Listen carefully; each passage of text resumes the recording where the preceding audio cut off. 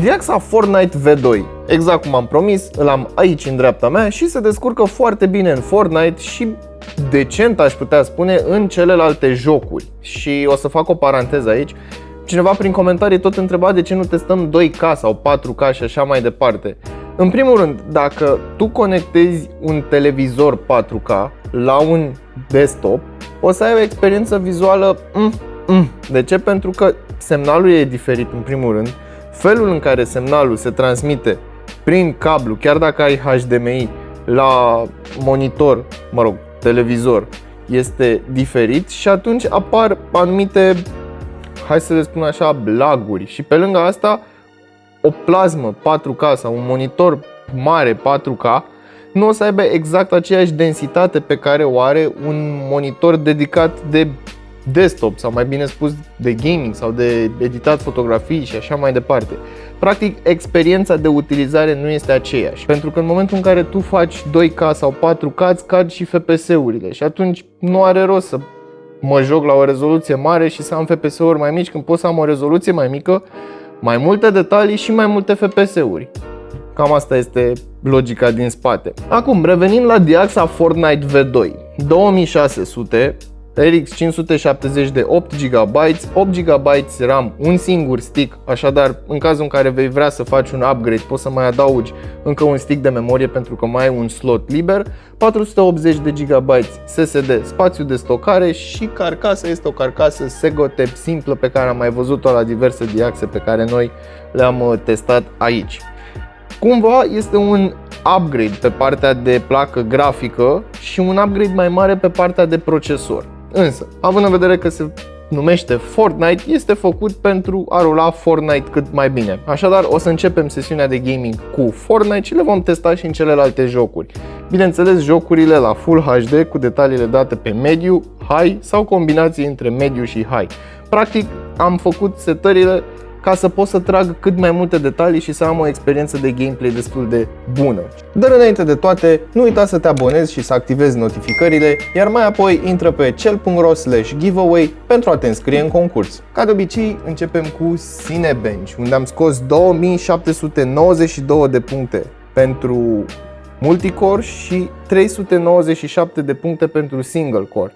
În limita decenței, aș spune eu, 4076 de puncte în TimeSpy, scorul general, cu 3914 puncte, scorul pentru placa grafică și în final avem și Firestrike cu 11370 de puncte, iar 13585 de puncte este scorul pentru placa grafică. Dacă stai să te gândești, în comparație cu ce am mai testat noi și în comparație cu ce găsești pe internet, nu ar fi o rachetă de sistem. Însă, eu unul am rămas cumva surprins și sincer încep să simpatizez cumva AMD-ul pe partea de procesoare în ultima vreme și vă voi spune la sfârșitul videoclipului de ce încep să simpatizez cumva AMD-ul mai mult și din ce motiv și din ce perspectivă îmi place mai mult AMD-ul decât Intel-ul, pentru că fiecare are ceva special. Am pornit un match de Fortnite până ne parașutăm din autobuz. Acestea sunt setările, totul dat pe Epic, VSync off, motion blur off. Stăm în 100% cu placa grafică și în 20-24 am văzut mai devreme procentajul de utilizare al procesorului. Temperaturile sunt foarte bune, 57 în procesor, 75 în placa grafică. M-am spărat eu pe aerul ăsta condiționat și vreau să le sparg. Hopa! Fugi! În loc să mă duc să omor alți playeri, eu fug de alți playeri. Hei, glonțe și pistol. Hai! Atât am putut eu. M-a omorât Deadpool Mov. Dar în ceea ce privește gameplay-ul, este destul de bun. Avem între 60, 70, 80 de cadre pe secundă în funcție de zonă și bineînțeles în funcție de elementele care necesită a fi randate. Poate poți să tragi puțin și de sistem, să-l pui pe 2K în cazul în care vrei asta, dar nu recomand pentru că nu știu sigur dacă are sau nu o experiență cât se poate de fluidă, însă putem afla. Și aici în aer avem 60-65 de cadre pe secundă. Hai să sărim am scăzut la 55. Temperaturile și procentajele de utilizare sunt asemănătoare, dar se vede bine, se vede chiar bine. Îmi place mult de tot cum se vede pe 2K, nu zic nu, dar îmi dă un pic senzația de, nu de lag, de sacadat, un pic de tot. Sau poate sunt eu foarte cârcotaș, dar pare un pic sacadat, choppy, cum zic americanii. Ce avem noi aici? Pușcă la dânsul.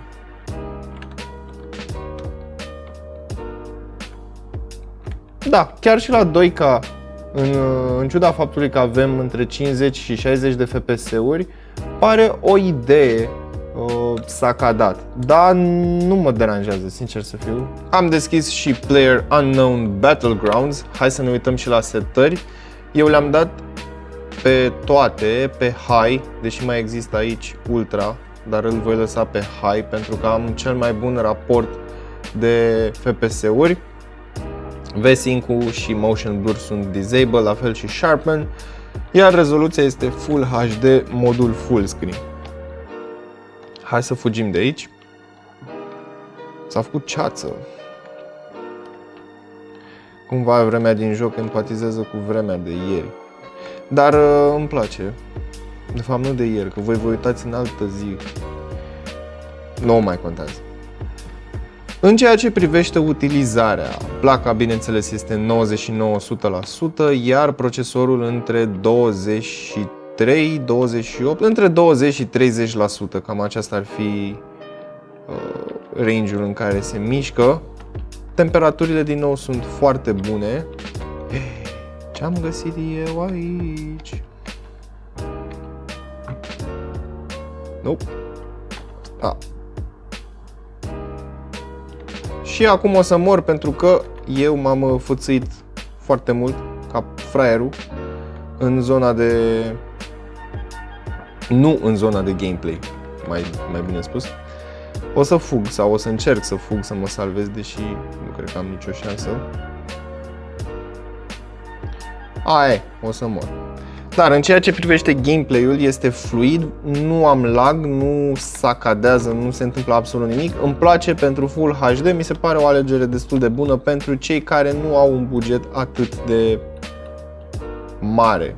Haideți să ne jucăm și GTA 5. Mai întâi mergem în setări, Graphics, iar aici puteți să vă uitați la setările pe care le-am făcut pentru a avea o experiență de gameplay cât mai bună. Majoritatea opțiunilor sunt date pe High, Reflection MSI este dat pe Off și în rest ceea ce vedeți afișat aici sunt setările. Hai să ne jucăm, să ne plimbăm pe aici pe hartă.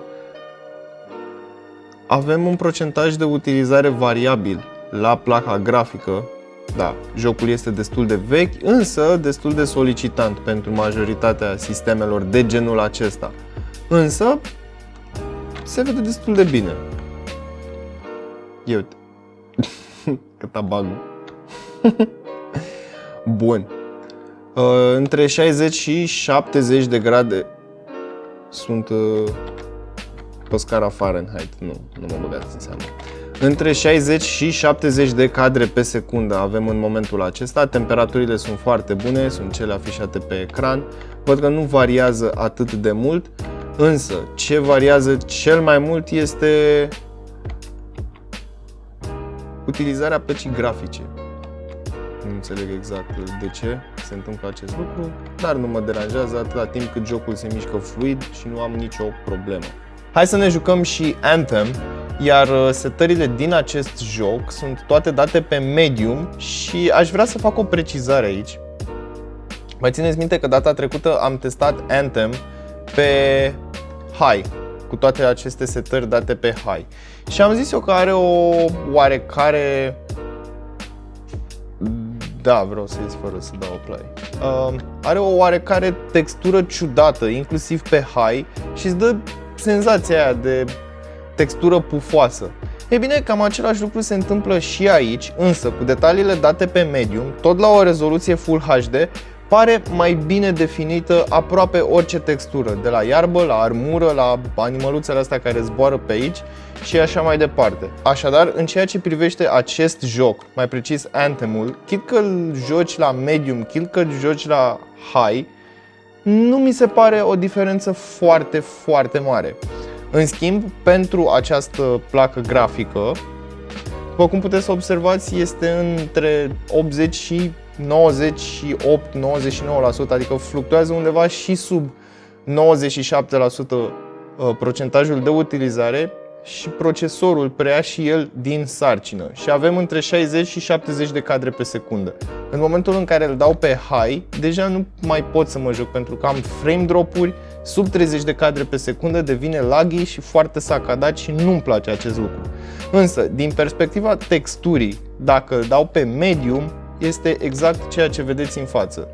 Între 60 și 70 de cadre pe secundă, bineînțeles și temperaturile sunt în limita normalului, să spun așa, pentru o astfel de sarcină, cum ar fi un joc nou, cu o grămadă de lucruri care au nevoie de a fi randate, iar per total consider că dacă ar fi să te joci Anthem între RX 570 și 580, văd că 570-ul poate să ruleze bine mersi acest joc, la fel cum rulează 580-ul pe high. Iar în final ne jucăm și Battlefield 5, iar aici aveți afișate pe ecran setările, majoritatea sunt date pe medium, pentru că pe high deja nu se putea juca. De asemenea, rulăm în modul full screen, full HD.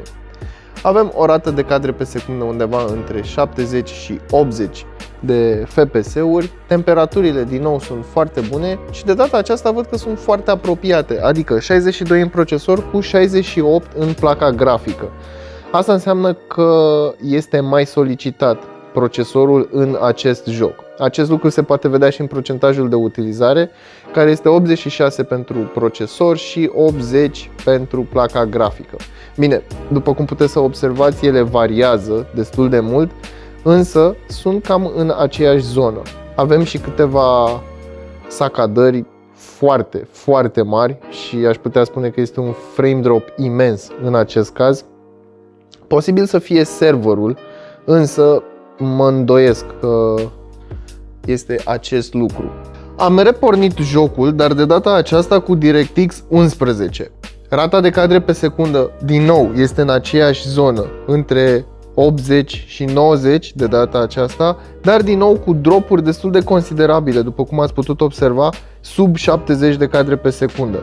De asemenea, lucrul acesta este datorat și de acțiunea în sine care se petrece în scena respectivă. După cum putem observa, cu cât ne depărtăm mai mult de acea zonă unde s-a întâmplat să bubuie o mașină, sau de fapt nici n-am fost atent, am văzut doar că a bubuit ceva, am crescut către 80-85 de cadre pe secundă. Ce nu-mi place mie mai mult este placa de bază, acel chipset care nu oferă oportunitatea de a face un upgrade pe viitor.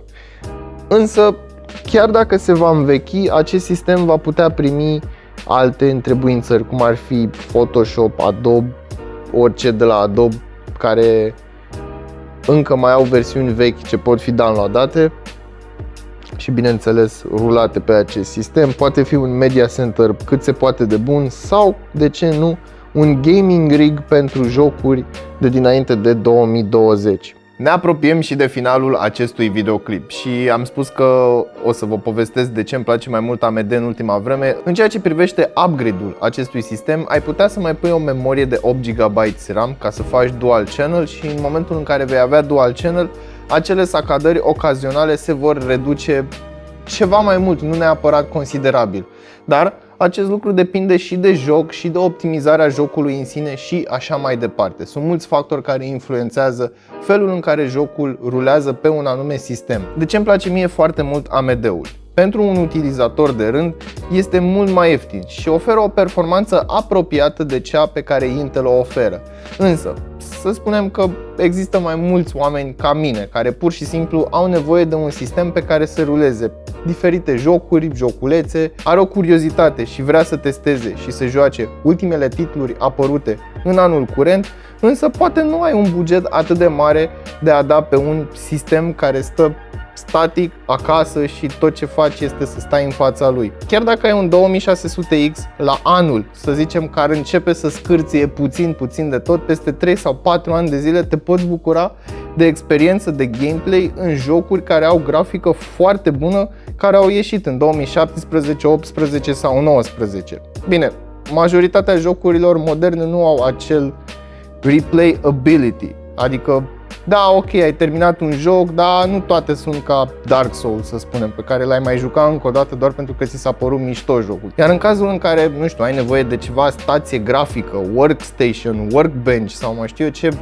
sistem care să aibă o performanță de top, e bine, atunci mergi cu Intel, pentru că Intelul probabil îți va da mai puține erori, driverele sunt mai optimizate și așa mai departe. Acestea fiind spuse, până data viitoare nu uita să-ți dai cu părerea despre acest sistem în secțiunea de comentarii mai jos. Linkul îl găsești în descriere, alături de prețuri actualizate și, bineînțeles, alte sisteme din gama Diaxa. Înainte de a încheia clipul, care este jocul video retro preferat al tău?